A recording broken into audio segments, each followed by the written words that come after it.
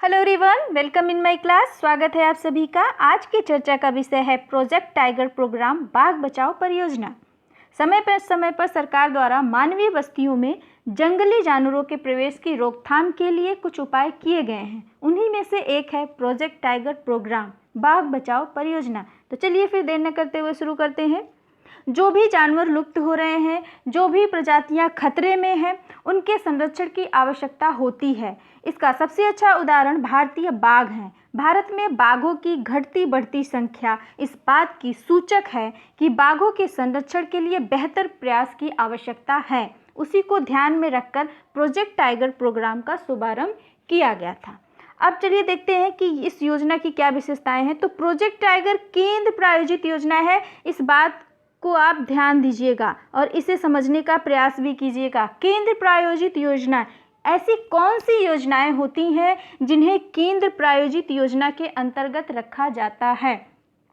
केंद्र प्रायोजित योजनाएं CSS ऐसी योजनाएं हैं जो भारत की राज्य सरकारों द्वारा लागू की जाती हैं, लेकिन केंद्र सरकार द्वारा परिभाषित राज्य सरकार की हिस्सेदारी के साथ बड़े पैमाने पर वित्त पोषित हैं। सरल शब्दों में कहा जाए तो केंद्र सरकार के द्वारा लागू होती हैं राज्य सरकार के द्वारा लागू होती हैं, लेकिन केंद्र सरकार के द्वारा वित्तीय सहायता उपलब्ध कराई जाती है। ठीक है। फॉर एग्जाम्पल, महात्मा गांधी राष्ट्रीय ग्रामीण योजना, प्रधानमंत्री सड़क योजना, प्रोजेक्ट एलिफेंट, ये सभी योजनाएं केंद्र प्रायोजित योजनाओं के अंतर्गत आते हैं।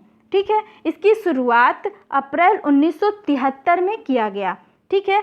यहाँ पे कुछ आंकड़े हैं। अखिल भारतीय बाघ रिपोर्ट 2018 के अनुसार भारत में बाघों की संख्या 2067 है।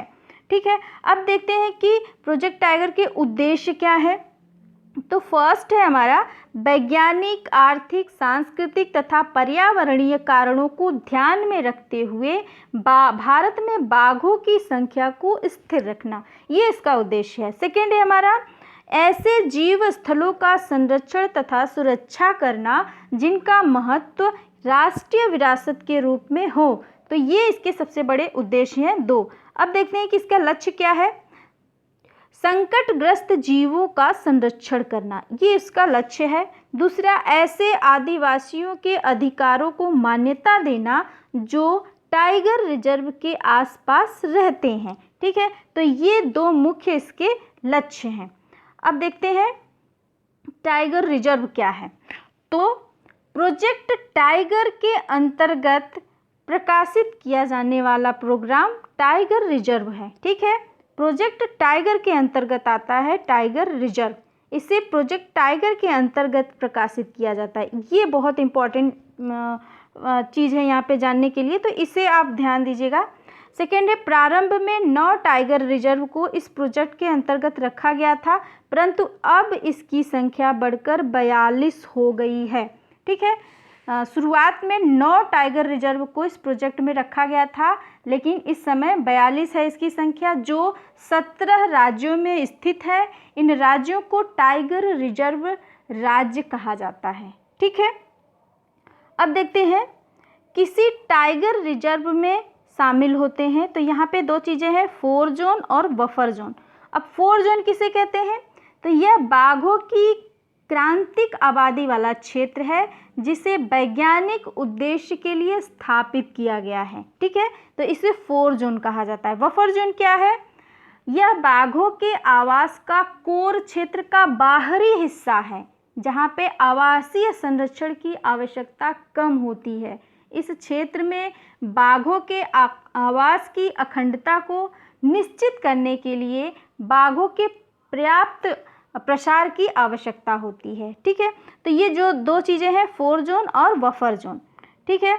अब देखते हैं वर्तमान में बाघों की 8 प्रजातियों में से केवल 5 प्रजातियां ही पाई जाती हैं, यानी कि 3 प्रजातियां लुप्त हो चुकी हैं। ठीक है। तो जो पाई जाती हैं वह है बंगाल, दक्षिण चीन, इंडो चाइनीज, सुमात्रा, साइबेरियन। ठीक है। जो लुप्त हो गई हैं वो है कैस्थियन, बाली, जावा। ठीक है। अब कुछ क्वेश्चन है आपके लिए। फर्स्ट है बाघ संरक्षण पर 2009 में पहली सरकारी मीटिंग कहाँ हुई। सेकंड है रेड प्लस प्रोग्राम निम्नलिखित में से किससे संबंधित है। थर्ड है हमारा पश्चिमी घाट पारिस्थितिकीय विशेषज्ञ पैनल के अध्यक्ष कौन है। ठीक है, तो आई होप कि आपको वीडियो समझ में आ गया होगा। ठीक है, और वीडियो समझ में आ गया होगा तो शेयर करना बिल्कुल ना भूलिए और चैनल को लाइक शेयर सब्सक्राइब करना भी ना भूलिए। Thank you.